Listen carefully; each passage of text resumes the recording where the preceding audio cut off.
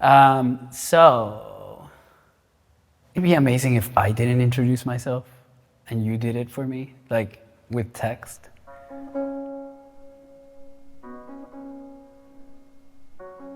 I worked in theater for about 10 years before I started really painting full time.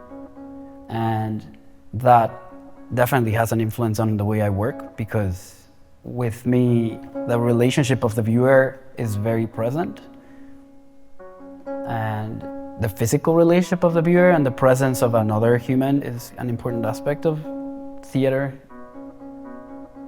That's also kind of why I really enjoy painting figures that are fully exposed, and to make it almost real life size, because then it becomes almost like you're looking through a window and you're just staring at another person, the way it would with theater when an actor is looking at you.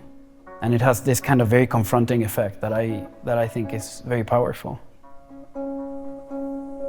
What you're looking at is some form of natural space, which in a way I think of it as a lawless space.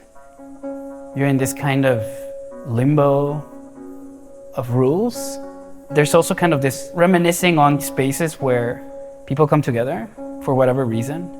And yeah, I don't know, it reminds me of these really old photographs, which is also where it all started. When I would look through the internet, I was looking to see if I could find any nude figures, because I just basically needed the registration of the existence of a body. It had to be as neutral as possible. And that very quickly took me to the beginnings of photography. In the case of male nudes, it's all this kind of gay photography that people had hidden for like 100 years. In many places, it was illegal to have this kind of stuff. So I'm suddenly coming into this bubble where it's all these beautiful photographs of people having fun together and having this beautiful contact, actually. Because the person that is taking the photograph is very clearly a love interest from the person that is being photographed. At some point, you start finding material where people are fully exposed, but they're actually in the act of cruising. So what I did is I removed most of the ingredients and I just kind of kept the person. And I kind of isolated these people into the composition. And then you get this really interesting, weird disconnect, where somebody seems to be looking for contact, but we don't have any other information. And the only being there is you, the viewer. These situations don't give you a clear answer.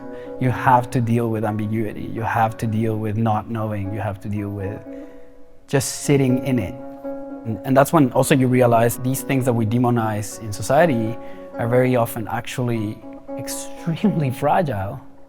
And it's just, isn't that an incredibly unexpected form of intimacy?